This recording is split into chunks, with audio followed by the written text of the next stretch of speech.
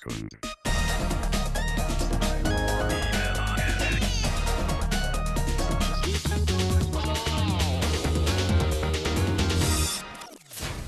Welcome back to Retro Rebound. In today's video, we're going back to a forgotten Xbox classic. We all know our Halo Combat Evolves, our Deathrows, at least I do. We know all about Mechassault, NFL Fever, Amped, so many great Xbox exclusives, right? But there's one that's never brought up in the conversation of what I believe are Xbox greats, and that is Blinx The Time Sweeper. No, I'm not memeing you.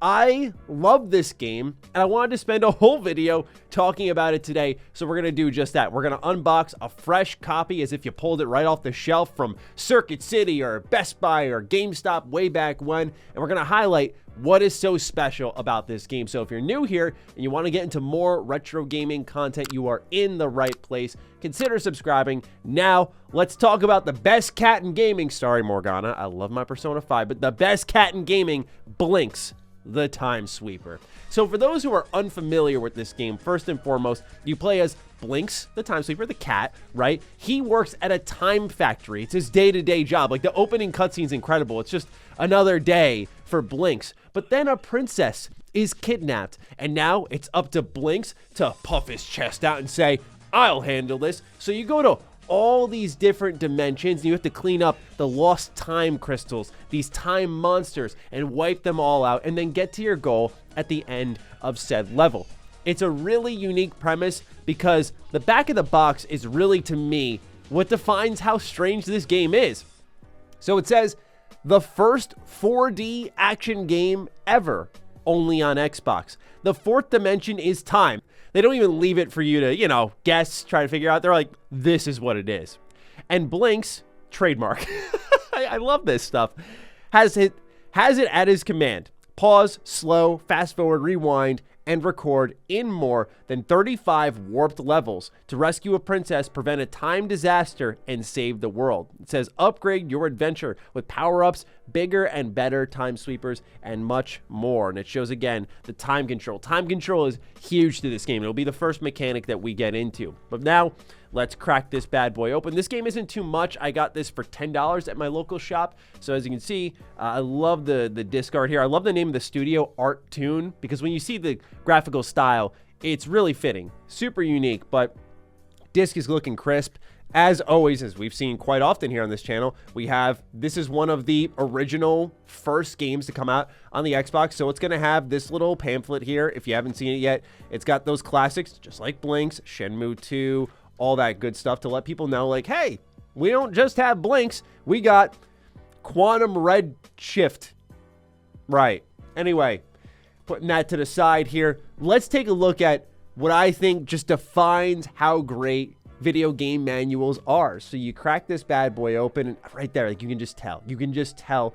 Look at the art here, look at the color scheme, the way it's written out. This is loaded with personality. It tells you, a time factory workers safety guide. It's pretending like it's lore friendly effectively, and it defines your mission. What you have to do is defeat all time monsters within 10 minutes for each mission. Like, look at this. Look at this. You don't see that in any of the manuals we've cracked open on this channel here. The move, the sweep and shoot, the way it's all wireframe, just a real artistic vision from top to bottom. I really feel like not all games are this way, but when you have a good manual that's nice and colorful, that says a lot about your game in my book. It defines the controls as per usual, what your cat is capable of. It tells you all the different displays on the HUD to leave no questions asked. It tells you what all these time controls do. But perhaps my favorite thing is when you're tabbing through all of this and then you get to the back and it says time crystal combinations, and it shows you what all of these can do together. So I think that's a perfect leaping point for what this game is all about now that we've gone through this complete in-box copy of Blinx The Time Sweeper. So what'll happen is you'll be walking around these levels, and as I said, you're going to be taking these lost time crystals and you're going to be making combos with them. And fortunately, you're able to upgrade your time holder so you can collect more crystals and make different combinations. Let's say I get 4 moon crystals. I'll get 2 pause time controls. If I get 3 moon crystals and a star crystal, then I'll get 1 pause time control. And each of these time controls lets you interact with the level differently, because think of it like a VCR remote, like pause, fast forward, rewind, all this stuff that you can do. So pause speaks for itself, right? Just stop the action. It allows you to catch up to the enemies. You're fighting a boss. You can pause it right there and get after them.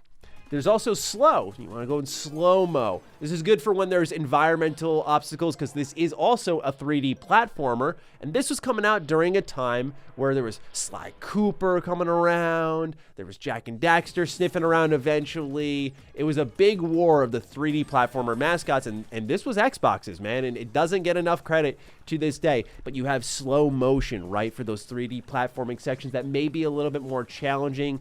What does rewind do? You'd think it's, oh, you get hit, let's rewind and undo that damage. In fact, it works on the environment. In the second chapter, the first level, there's a broken bridge, and you collect a bunch of rewinds, and it forms right there in front of you. I'm like, that's what it's all about, man. That's how that power works, because it can help you reach different collectibles, because you can get these cat medals that are hidden throughout the level. I'm a dog guy, too. Like, that's a testament to how great this game is, and I'm all about the cat action. But it's about the time control, because there are some tough levels where you have to really figure out, like, what's the best time combo here. Like, the first boss is this big hulking figure that's bouncing all over the stage, right? So what you need to do, or at least what I did, is pause, because he finally will land, because he's not only big but he's agile, and pause right when he lands, walk up to him and shoot some junk at him.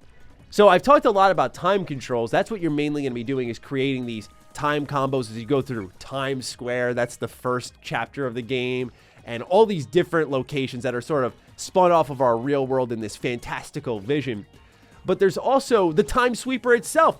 You think that thing that he's got here, that's not a vacuum cleaner, that's a time sweeper, dang it. So what he's doing is effectively sucking up trash and then firing it away. So there are different tiers of trash that you can absorb. You can take a park bench, you can take a planter, and you can fire them at these time monsters. And you have to defeat every single one of them in these levels to complete the level. But there are also heavyweights. There are bombs you can get. Some enemies need bombs because they'll absorb anything you shoot at them. So it's like, okay, then chew on this, and you shoot a bomb and they swallow it, but boom, there they go. So there's a lot of little interactions there too. You know me, like I'm big on the little things in between, you know. There are, of course, going to be the big moments like the boss fights, but I like those moment-to-moment gameplay instances where I'm like, oh, that was cool. I love how I figured that one out there. And it's especially impressive for its time period, right? Because if you look at the back of the box here, this came out in 2002, right? So this is a pretty old game. It was a year, after the original Xbox had launched. But the way that it manages to remember where everything was in the level when you die, how it rewinds things for every death until it's game over. It's impressive because it's not like nowadays. I hate to get all technical, and don't worry, I'm not some type of tech whiz, but you look at the RAM in today's consoles and it makes sense why, with all of that memory, there's so much that can be imprinted into the game's data where, like, it'll remember your footsteps in the snow.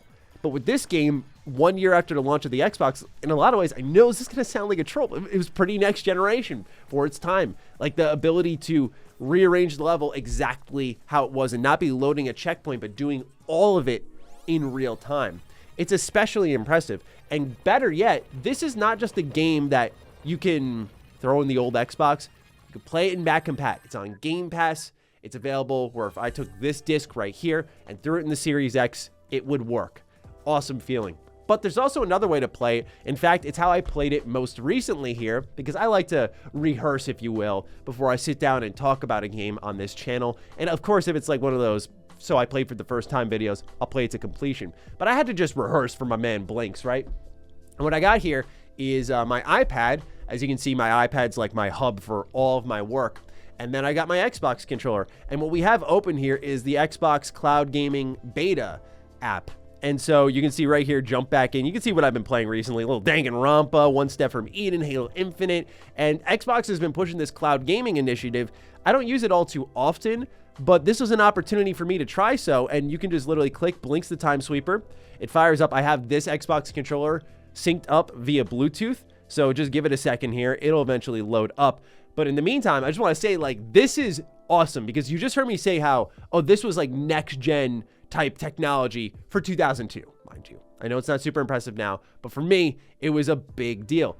But what's crazy is now to think about this game that I remember playing on a demo disc for the first time and then eventually buying at GameStop, that now you can, as we're about to see right here, fire up on your tablet as like an application that'll digitally stream there, and you can play it and there's hardly any latency. And for those who have tracked my Xbox coverage, you'll know I've had some issues streaming to the iPad, and for some reason it's working a lot better now. And as we can see here, it's rolling, and it's not perfect right off the get-go, but you can see like Blinx The Time Sweeper, boom, it's running. You just hit the start button and it fires up just like that. Load the game. Look how responsive it is. Load the game one more time, give it a sec here. It's so quick. Hit the stage, boom, you're in. How crazy is that? I don't know. Maybe I'm gassing it up a little too much, but there's hardly any latency. I was playing this for a while here at the studio space, and I just wanted to shout this part out because I know it's not about the retro side of things, but to me, this was such a cool way to experience the game. Like, boom, there it is, and boom, there it is. What a difference in time, 19 years later. It's crazy to think how much technology has really taken a leap forward. And I actually didn't even know that. It actually can change to the portrait mode and the landscape mode in real time. And it's going to keep running. Just amazing technology overall. And I wish that Xbox was using their back compat a little bit more. But yeah, you can just take your old Xbox controller, hook it up, and do that. But let's get back to our man Blinx. So as I said, you're going to go through these levels. You're going to destroy the time monsters. This can be a bit of a gripe for a lot of people, and I would understand that because it's not like, oh, I'll kill 7 of them, 6 of them, and move on with my life. You got to get rid of them all. And that I don't think is too hard because these levels aren't really that wide open. They're relatively linear. Again, this is a 2002 game, but they're relatively linear. So it's really about using your powers to figure out, like, every combat encounter is sort of a mini puzzle. Like, you'll walk into one of the first levels in the game where you'll see there's a bunch of barrels rolling down a slide. You'll see that there's an enemy that when they roll at you and they're blinking, that means that they're invulnerable. So you have to learn how to take that on. Do I pause? Do I slow down? And then there's a normal enemy behind that. And so it's each of these encounters become their own self-contained combat puzzles, if you will. And I really dig the heck out of it. Now, what's pretty shameful for me to admit, and I gotta say it here so y'all can hold me accountable, is there is a sequel to Blinx The Time Sweeper, and I gotta keep it real. I have not played it. I think it's something I gotta get around to because I love this game. I love it so much. I remember seeing it at my local store when I wasn't much of a collector, and I even geeked out then. It's not expensive at all. It's only on Xbox, as the stamp would suggest, but so many great memories with this game here. And I didn't even talk much about the art style. The emotive face of Blinx is hilarious. If you ever can get a close-up, you can see when Blinx is starting to vacuum things up, if you will, with the Time Sweeper. He has this sadistic smile on his face, like he is about to ruin someone's life with whatever he is inhaling. He's just a generally happy dude, it seems. But it's, again, that level of animation wasn't super common back then. And not only that, but I love the color. Like in Times Square, it's one of the first levels in the game. You see the snow falling, the stars in the sky, this kind of, I'd say, night before Christmas city style. It's a blending and inspiration of a ton of different things. And I don't know. I love art, as you all probably can tell. I love when creators get wacky and try new things, and it also, in a weird way, I think it reminded me of those Bugs Bunny video games, like a lights, camera, action or something like that, because of the soundtrack. The way it plays, it just sounds the same, but the soundtrack is a bop.